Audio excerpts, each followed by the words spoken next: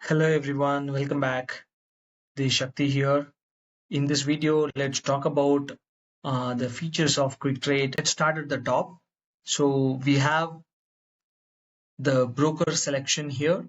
Currently, whatever brokers that we have enabled for trading is appearing here, that account. And then you can select which instrument you want to trade, which expiry you want to trade. It displays the corresponding spot and the first futures price. Here you have an option to switch to dark and light theme. In the next one, you have an option to log out of this page, or you can go back to the broker's account page. Okay, now let's look at what are the configuration options that we have. The predefined order attributes, so that once you set it up, all you have to do is just do a single click. Okay, so you have an option here which basically is to enable disable the option chain. Okay, and then you have on the right hand side the orders, positions, trades, funds, all of them. Okay, at the top you have the configuration options, and at the very top you have the broker and the instrument selection. Okay, now we are here on the order entry chain. So here what you have straddle chain, futures chain, strangles basically, or the distance based to strangle based on the current price.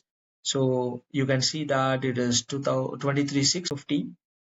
6 Yeah, so 700 is the closest ATM strike. So you have 750 and 650, then 800 and 600 likewise.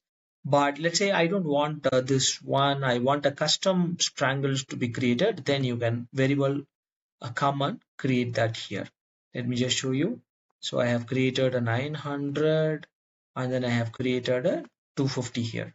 Okay, so I can just enter that and this becomes my custom strangle, and all I have to do is if I want to sell the strangle, then I can just click on the sell button and automatically it will create a corresponding strangle just like this.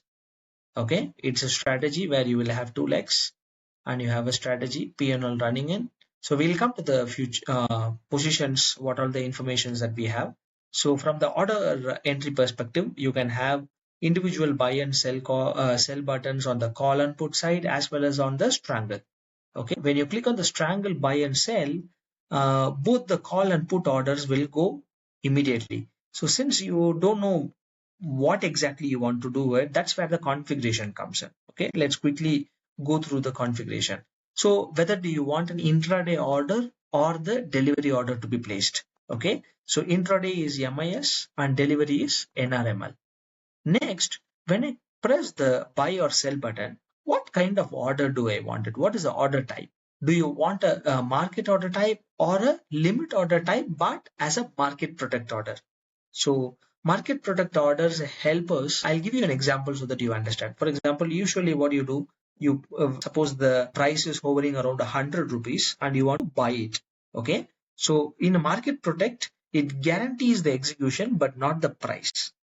Okay. So if the best bidder asks, since you are buying it, it would be best ask, which is sitting at, let's say 101, then the order gets fired at 101.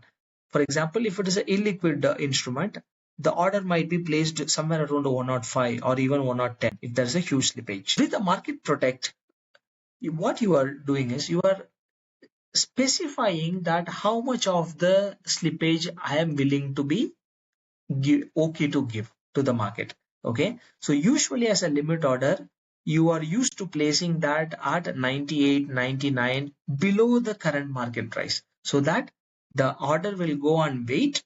When the price comes to the level, it gets executed. So this is how you would have used normally a limit order. Now what we are doing is we are going to place, if the order price, if the instrument price is trading around 100, we are going to place that at what happens is it executes at the better price available till 105, and if the price is trading beyond 105, it will go into the pending state until the price comes back into the range. That is what is called the market protect. And whenever you select a market protect, you will have to specify what exactly is the percentage buffer price or the limit buffer that you are providing it. Okay, for example, if it is 100 and if I say 5%, it will be 105 if I am buying. If I am selling, it will be 95. Okay, if I am specifying 10%, it will be 110 or it will be 90. Okay, so that is what the order type and the market protect percentages. Next is, so for a Nifty, exchange has a prescribed limitation of 1800 quantity per order. Okay, so that's the maximum. And then this is the default order quantity. For every click of buy or sell button here, how many quantity needs to be pushed? Okay, needs to be placed as an order. So here, let's say I want to place a 5000 quantity. Okay,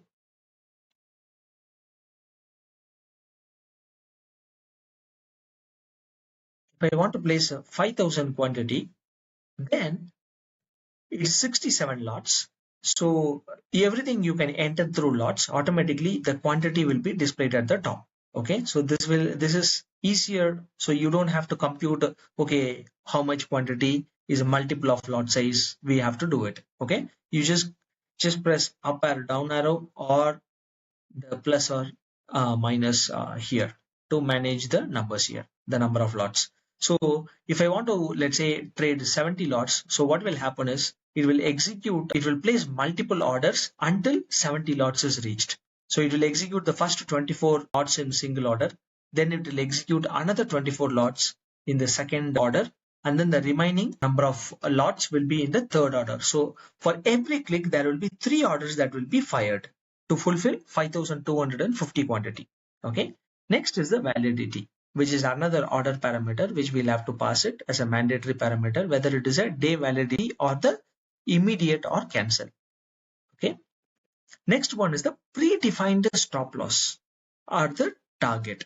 Now, let's say an instrument is trading around 100 rupees and you are trying to buy it. Okay. So you can say that I want a predefined stop loss of 10 points and a target of 20 points.